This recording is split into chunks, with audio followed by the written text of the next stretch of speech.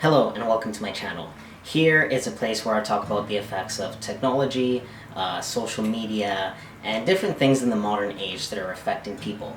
And today I want to talk about social media, technology, sleep, and specifically on teenagers. So 42% of teenagers in the US have mental health issues, and a lack of sleep is correlated with mental health issues and vice versa. And research has shown that even one less hour of sleep per week is correlated with an increase in depression, feelings of feeling hopeless, and suicidal tendencies. And generally what happens is it becomes a cycle. So you're trying to fall asleep, you can't fall asleep, and what do a lot of teenagers do when they can't fall asleep? They go on their phone and then they start scrolling. And then being on the phone, as we all know, that screen light is going to affect your melatonin levels, and then it's going to make you less likely to fall asleep, and then the next day they're going to have trouble in school, more trouble concentrating, and then the same thing repeats the next night over and over and over and over again. And now you might think, well, I'm just going to use a blue light filter on my kid's phone. Well, even having a blue light filter, research is showing that even that is also affecting your melatonin production. So what you have to do before your kid goes to bed is no screens. No screens before going to bed. And a few hours even before going to sleep.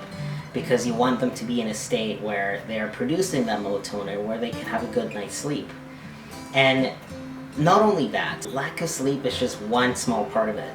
Because some of the other effects of social media is there's also the body image issues that come with it. So for a long time we have spoken about the effects of social media on the self-esteem of young girls. And even Facebook knows that. So I don't know if you remember that whistleblower, I forgot her name.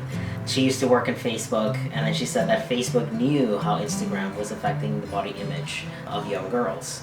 So not only that, but something that also we don't talk about is also how it's affecting boys. So there's also been an increase of steroid use in teenagers. On social media, you see all these young men as well, with six-pack abs, and they're super fit. And that's also creating a distorted view of body image in them. And it is also creating a distorted view of women, what is an average fit physique. Meanwhile, a lot of these influencers are using steroids, and we all know all these bodybuilders that have passed away in their 40s and 50s from heart issues from steroid use. And when you're having an increase of young men in their 20s and some even teenagers that are starting to use steroids, how is that going to affect their health when they're in their 40s and their 50s? So that's not something that we're talking about either. And so this is affecting both boys and girls.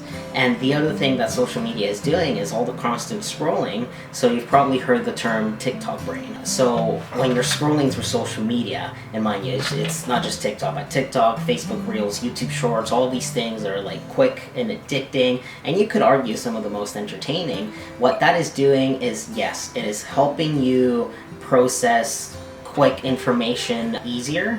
But another thing that it's doing is specifically in teenagers, because their brain is just developing, right?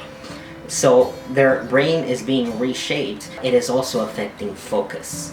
So then what's going to happen with these kids when they go to post-secondary and, the ability to focus for exams, that's some of those things that we have yet to see. And something else that it's happening is not only is it affecting your attention span, but it is also affecting memory. So it is leading to attention span issues and memory loss. So I know this video started with, sleep, but one thing leads to another and another and another. So if you start with one of the most basic things that we need as humans is we need sleep.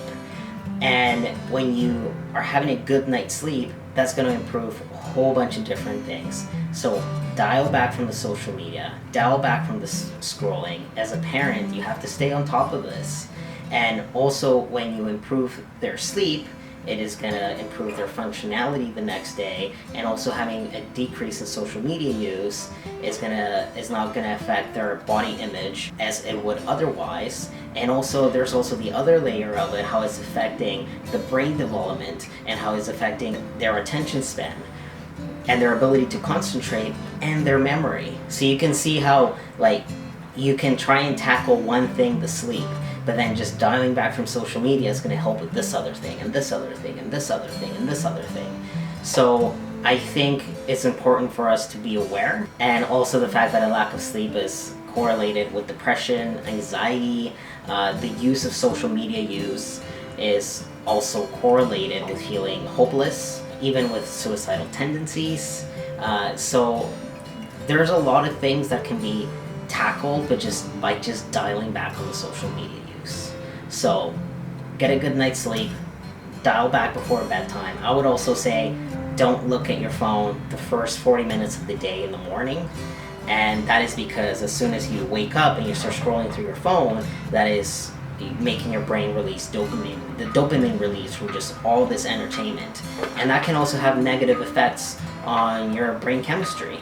So again, like, dial back, and that's going to help on a lot of different things, from a mental state, like psychological state, a social state, like so many things. Yeah, so I think that was a short and quick video. I'll leave it at that, and I will end that I'm not a professional. I'm just a curious human being who is interested in research and reading, and there are certain things that worry me about the future of society, especially the upcoming generation.